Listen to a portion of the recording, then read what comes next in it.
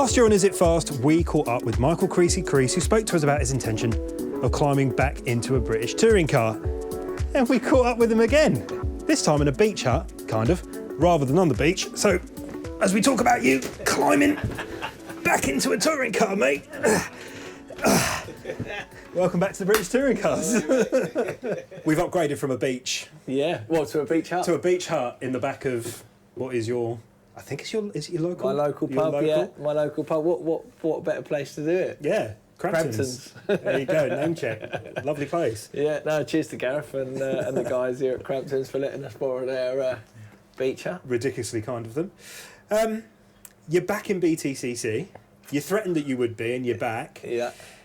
How did you find Donington and being back and the whole experience? Yeah, it's good. I mean, obviously the deal come together shortly after we spoke, and there was a few teams in the mix that we were alluding to in the last chat. But yeah, it was good. I mean, Adam picked up the phone. He's been speaking to me over the last couple of years and sort of said, look, sort your life out and and come and jump in the Vauxhall. And so we had a small amount to do and pretty much done the deal nice and fast. And then we got to sort of work on the car and the hybrid side of it, and we were looking at all of that side, and just took longer than we thought to reach the goal with the hybrid. And we actually didn't use it until the shakedown at Tur Western on the Thursday. So I was going into Donington a bit blind, but touch wood, it was faultless, and it was really good. For it made the racing a lot more interesting, and I couldn't fault it.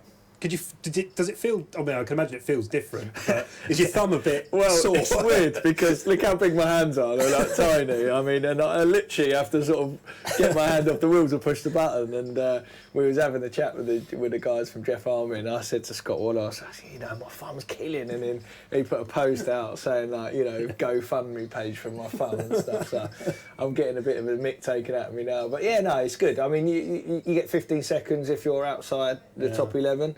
And that's quite a lot of, you've got a lot of focus to do, and if you're using that every lap, you need to regen the mapping, and so you've got quite a lot of focus now on the dashboard and what the car's doing and also flicking between where you're driving as well.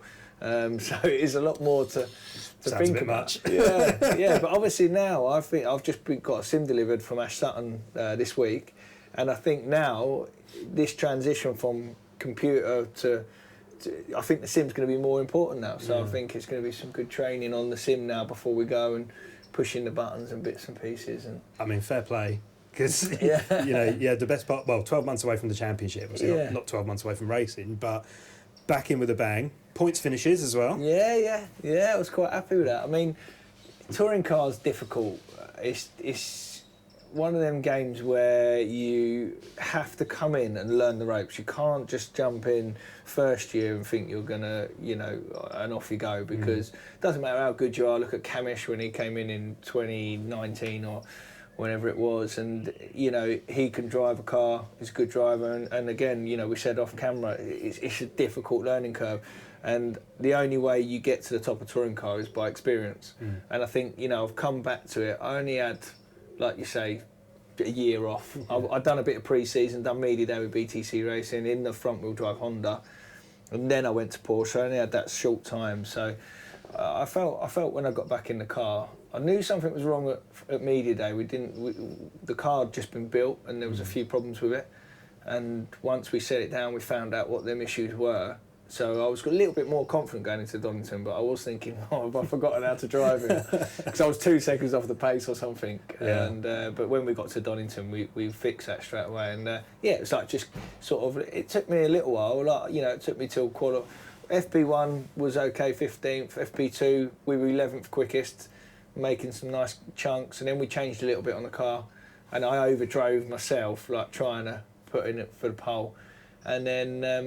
and then obviously the races, I felt so comfortable with my new engineer Rob, and I just pedalled my way through the weekend, and I think we've got a lot more to come, because the engine was M Sport's still working with the engine, and we're not there yet. We're not nowhere near it. So I think the car balance is okay. We just got to try and get the engine now to suit, and we'll be up there. Yeah, considering how So this is what, year 5 of you racing, kind of overall? Yeah, I would have. Yeah, probably 4 or 5 years. Does it feel a bit weird that with PMR now, you're the guy that Ash is having a look at, like potentially? Because you've done it before at this level, right? Yeah, so. I mean, it was a weird one really, because having Ash Hand join the team, he's such a good driver and he's done a lot and he's won, British GT, and he was competing against Ash Sutton in the Clios and, was beating Ash regularly.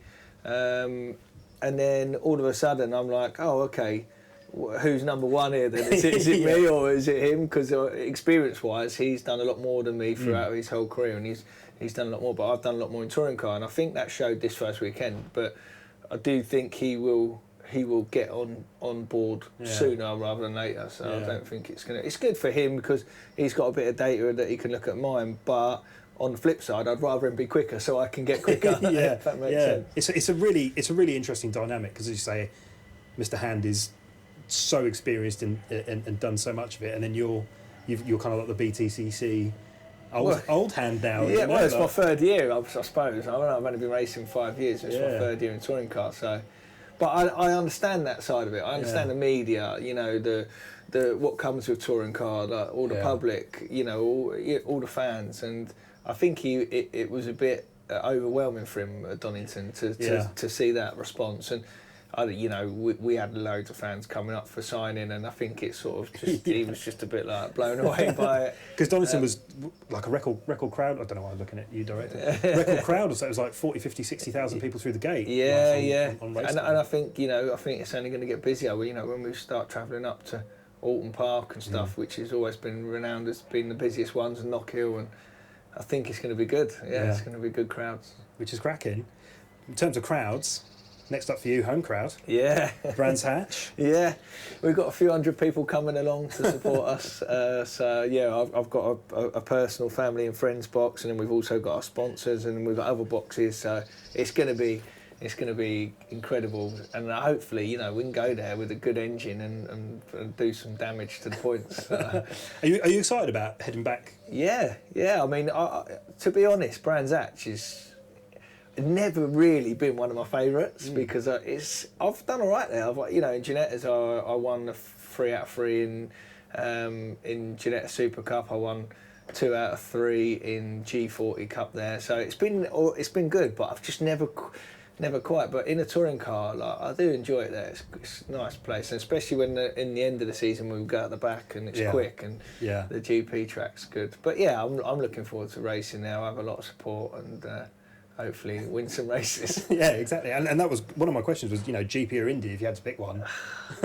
I love the Indy because it's honestly, touring car is so weird. Like, you've got 30 cars there, everybody on their fast laps, you've got to come out on brand new tyres, try and slot in, there's cars coming past with their lights on, you're trying to get out of the way of them. It's that's one of the things that I've said to Ash Hand already, be prepared, because you don't get a second's break at Brands Hatch Indy because there's cars, you've got the rear wheel drives that stay out, the front wheel drives that box and change their wheels, so you've got so much happening all the time there. So I'm looking forward to that because that's where the experience comes in. Yeah.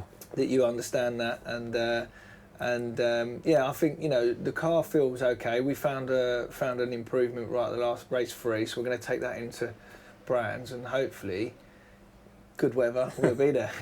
yeah, and the car podiumed last year, so it's and throughout its career, so we know the cars are quick. Yeah, I mean that was the only downside. I mean, when we watched it back from Donington, the cars were qualified second and 4th, I think. Dan Lloyd was second at Donington last year. We pretty much rolled out that setup, and it's just the engine work and development that's holding us back at the minute. Otherwise, I think we would have been near the pace. But just got to get the engine across the line, and we'll be good to go. Nothing mega then. Just get it. It's just got that's out of our control, isn't it? So it's down to you can only control what you're in control of, and that's down to M Sport to sort that. Yeah, no. Well, mate, best of luck for Brands. Yeah. So are you guys going to be there? Yeah, we'll be at Brands. Yeah, we're at Brands. We're it's our local track at Is It Fast, so we can't not be there. Yeah. And hopefully the sun is shining. Obviously we're not going to be seaside. Like Yeah. Brands is a bit further away from the coast, but yeah, man, we'll be there, and best of luck. Well, let's hope it's fast. Yeah, well, this is it. Is it fast? We'll find. We don't know. We'll find out. We'll find out. Thank you so much for coming down. Yeah, best of luck. Cheers, mate.